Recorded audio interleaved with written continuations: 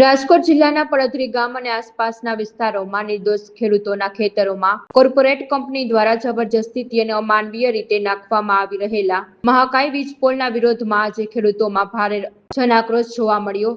પોતાની ફળદ્રુપ જમીન અને ખેતીના રક્ષણ માટે પડધરીના ખેડૂતો હવે આર પાની લડાઈના મૂડમાં આવી ગયા, જેના ભાગરૂપે આજે એક વિશાળ મહારેલીનું આયોજન કરવામાં આવ્યું। લાંબા સમયથી ચાલી રહેલા જોહુકુમી અને અન્યાય સામે અવાજ ઉઠાવવા માટે મોટી સંખ્યામાં ખેડૂતો રેલી સ્વરૂપે જોડાયા હતા। ખેડૂતોનો આક્ષેપ છે કે તેમની મંજૂરી વિના કે યોગ્ય વળતર આપ્યા વિના રાતોરાત ખેતરોમાં ઉભા કરી દેવાતા આ મહાકાય પોલના કારણે ઉભો પાક નાશ પામી રહ્યો છે અને ભવિષ્યમાં પણ ખેતી કરવી અશક્ય બની જશે। આ મહારેલી દરમિયાન ખેડૂતોએ સૂત્રોચ્ચાર કરીને પોતાનો ઉગ્ર વિરોધ અને આક્રોશ સરકાર સુધી પહોંચાડવાનો પ્રયાસ કર્યો। રેલીના અંતે ખેડૂતોના પ્રતિનિધિ મંડળ દ્વારા સ્થાનિક મામલતદારને એક સખત શબ્દોમાં લખાયેલું આવેદનપત્ર પાઠવવામાં આવ્યું, જેમાં માંગ કરવામાં આવી છે કે કોર્પોરેટેડ કંપની દ્વારા કરવામાં આવી રહેલા અમાનવીય કામગીરી તાત્કાલિક ધોરણે રોકવામાં આવે, ખેડૂતોની સંમતિ વિના કોઈ પણ પ્રકારનું દબાણ ન કરવામાં આવે। સરકાર કે તંત્ર દ્વારા આ બાબતે વહેલી તકે યોગ્ય પગલાં લેવામાં નહીં આવે તો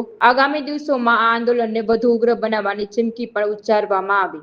સૌજીભાઈ લાખાભાઈ, હવે થાંભલો આ લોકો ક્યારે સર્વે કરી ગયા એની ખાતરી નથી ને એમ લોકો કહેતા હતા કે 2007માં સર્વે થઈ ગયું છે અને સીધો થાંભલો ખોડવા આવ્યા એટલે મેં કીધું તમે પૈસા કે વળતર કે કાંઈ અમને જાણકારી વગર કેવી રીતે ખોડી શકો, તો એ પોલીસ પ્રોટેક્શન 200 પોલીસ જેવા લઈ અને મને જેલ ભેગો કર્યો અને ધરાડથી થાંભલો ખોડી અને પછી કલેક્ટરમાં મેં રિક્વેસ્ટ કરી કીધું આ સાહેબ હવે આવી રીતે કેવી રીતે આ જોહુકમી હાલે, તો એના માટે થઈને કલેક્ટરે એને પછી કીધું એટલે લાખ રૂપિયા વળતર આવી। હવે 1.5 કરોડની જમીન એકર છે અત્યારે 50 લાખની એકરે કોઈ રોડ માથેની જમીન છે પડધરીના સેન્ટ્રલની, તો એ નથી ખપતી, એને નથી થતી। આ કયા ટાઈમનું છે, કયા સમયે તમને? 14ની સાલમાં થાંભલો ખોડી ગયા છે, 2007માં એ લોકો કહે છે કે સર્વે કરી ગયા, અમને જાણ નથી। બીજા નંબરમાં કોઈ રીતે જોહુકમી કરીને દાદાગીરી કરીને મને જેલ ભેગો કરીને પાછળથી થાંભલો ખોડ્યો ને તેના પછી ઘણા સમયે વળતર આપી। વળતર એટલે કપાસની નુકસાની 10 વીઘાનો કપાસ ચાલુ ચોમાસામાં ભાંગીને ગારામાં ખૂંદીને બધું લમદાણ કરી નાખી, ખાલી કપાસની નુકસાની એક ધરે આપી। ત્યાર પછીને આટલા સમયની અંદર કોઈ પણ 1 રૂપિયો મળેલ નથી। થાંભલો નાખેલો છે? હા, થાંભલો નાખેલો, હા 2014થી થાંભલો હાઈ સ્ટેશન થાંભલો છે। હવે એ જમીન કરોડપતિ શેઠિયા ખરીદવા આવે, મારે જરૂરિયાત હતી માટે દીકરાના લગ્ન પ્રસંગમાં વ્યાજે ચડાવીને 1.5 કરોડ રૂપિયા માટે વ્યાજ ચડાવ્યું પણ નથી ખપતી, તો નથી જ ખપતી।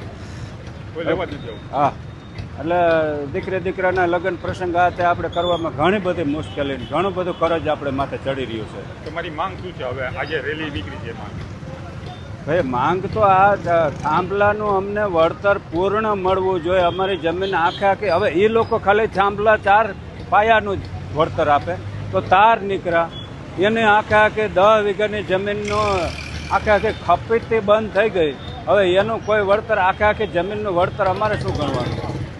હવે 4 એકર જમીનના 1.5 કરોડ લેખે રૂપિયા કેવડા થાય? એ રૂપિયા તો સરકાર આપી નથી, અગવાની કંપની આપી નથી, એ પ્રાઇવેટ લાઇન છે, પ્રાઇવેટ વેપારી છે, તો સરકાર એને શા માટે બચાવે છે? અમે એ કહીશું કે અમે સરકારને ટેક્સ નથી ભરતા, સરકારને અનાજ નથી આપતા, તો સરકારની રાષ્ટ્રના સેવક તરીકે અમે એને જીવન ગુજારી રહ્યા છીએ। રાતને દી તડકો ટાઈટ બેઠીને જય જવાન જય કિસાન તરીકે તો અમે એનું નિર્વાહ કરી રહ્યા છીએ, તો પણ દંડાવાળી ધોકાવાળી સજાને પાત્ર, તો રાષ્ટ્રને અમે ઇકોનોમી જાળવી રહ્યા છે તો પણ દંડાવાળી ધોકા જ આપવાના અને જેલ ભેગા જ કરવાના। આ અમારી માંગ છે।